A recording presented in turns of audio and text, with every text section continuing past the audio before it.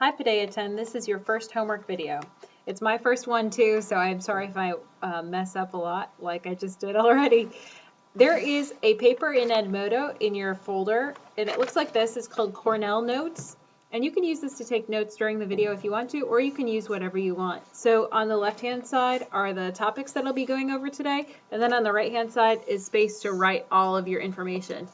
So I had trouble, really I was impatient. I didn't feel like waiting for all my pictures to upload, so I'm going to do it old school with a clipboard, but I'm also going to load the files.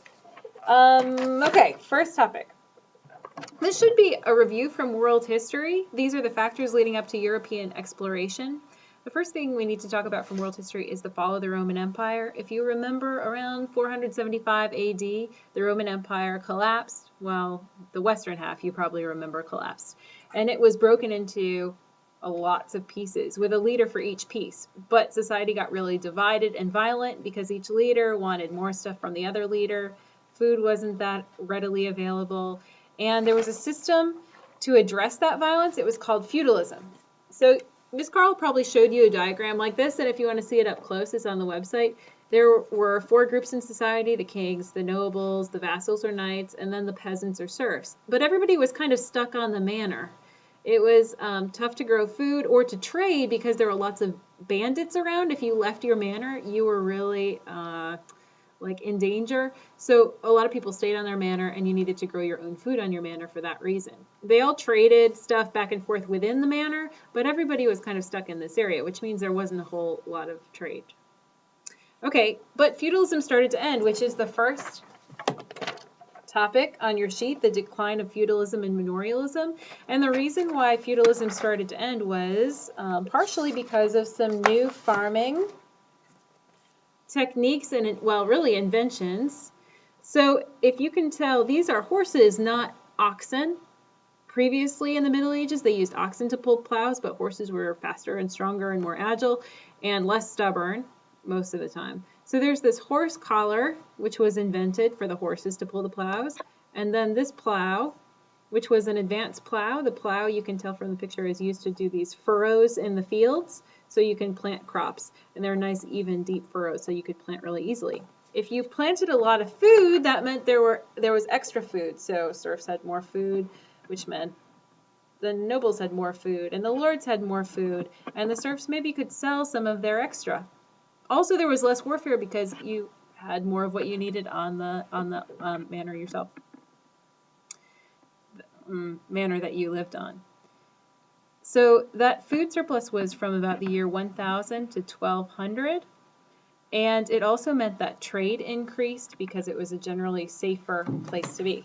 Another reason trade increased was, and here's topic number 2, also leading to the end of feudalism, the Crusades.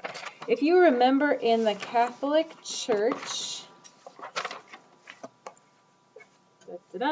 here's the Pope, the leader of the Catholic Church. His name is Pope Urban. He was the leader of the Catholic Church. There was unity under the Catholic Church. Most people were Christians during the Middle Ages because that was the one way they could be joined together. And because it gave them hope. Miss Carl talked about all that last year. I won't bother with that. But anyway, I'll just say that the Pope knew that the Holy Land, Jerusalem, and you can see in this picture, and really you can't see in this picture. You're going to have to go to Edmodo and look at it.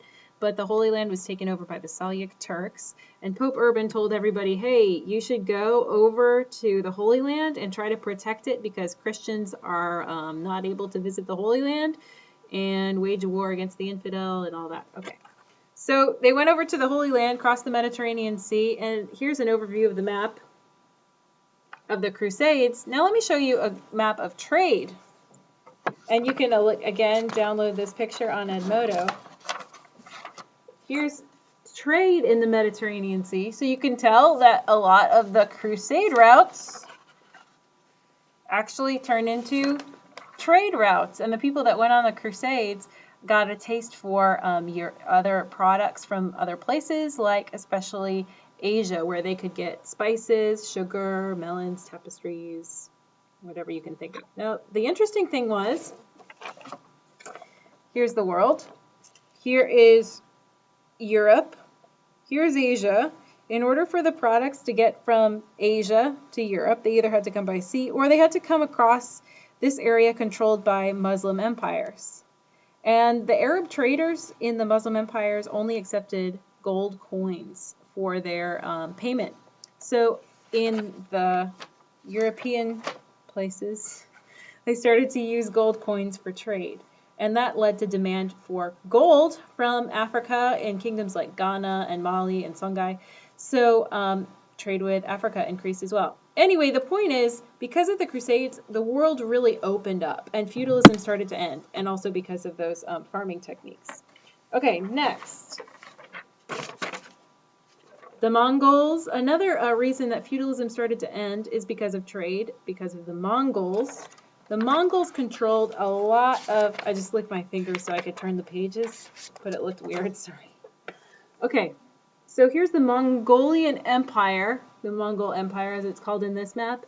Over here is China, and over here is the Mediterranean Sea. So you can tell that the Mongols own a ton of land, and they united it into one empire. So we're talking the Mongols were in the 1200s. So the Mongols broke down borders all in their empire, so it made trade actually a lot easier from the Mediterranean Sea to Asia. And trade really increased in popularity, and Europeans really, really wanted their luxury goods like spices and sugar and silk. So when the Mongol Empire collapsed, it was not a good thing because it made trade hard to come by again. It meant the supply for luxury goods from Europe went way up. Sorry, I got it wrong. The demand went way up, the supply was way down, which made those spices and sugar really, really, really valuable. So European countries started to think, well, what's another way that we can trade without going through the Mongolian Empire, the former Mongolian Empire, without dealing with the Arab traders? Maybe there's another way we can get these really, really lucrative products that are going to make us a lot of money. So looking at the world map, Portugal, which is right over here, on the Iberian Peninsula by Spain. There we go. Portugal is right on the coast. Portugal had a king called Henry the Explorer.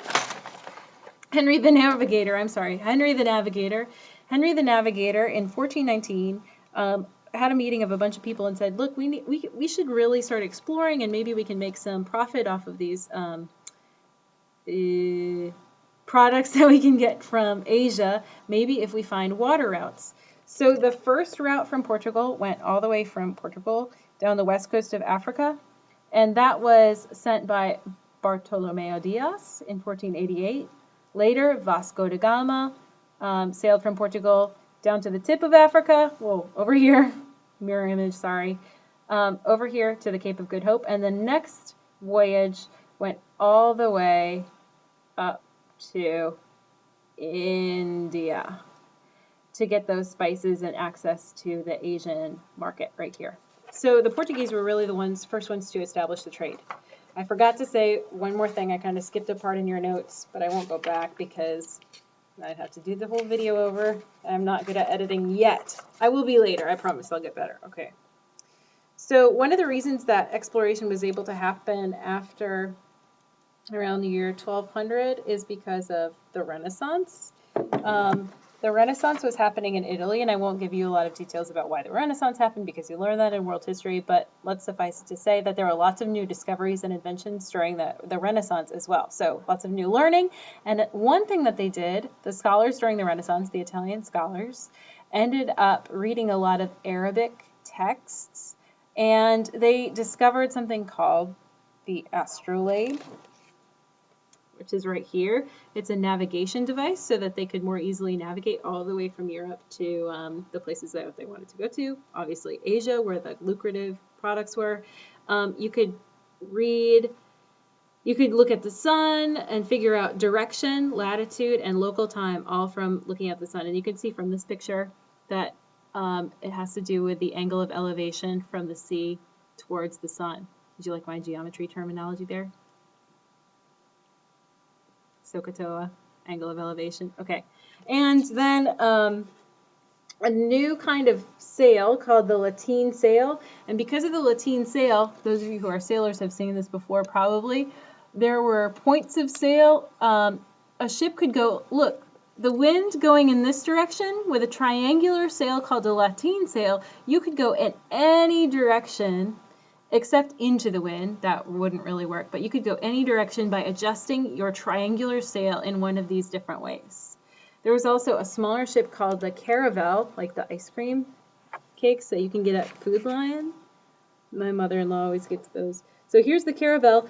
Instead of, former ships just had one big mast with one square sail, which didn't work very well if the wind was blowing in a different direction, but caravels were smaller, and they had triangular sails and square sails for speed when you're going into the wind, and triangular sails, the lateen sails, for navigation when you're going other directions.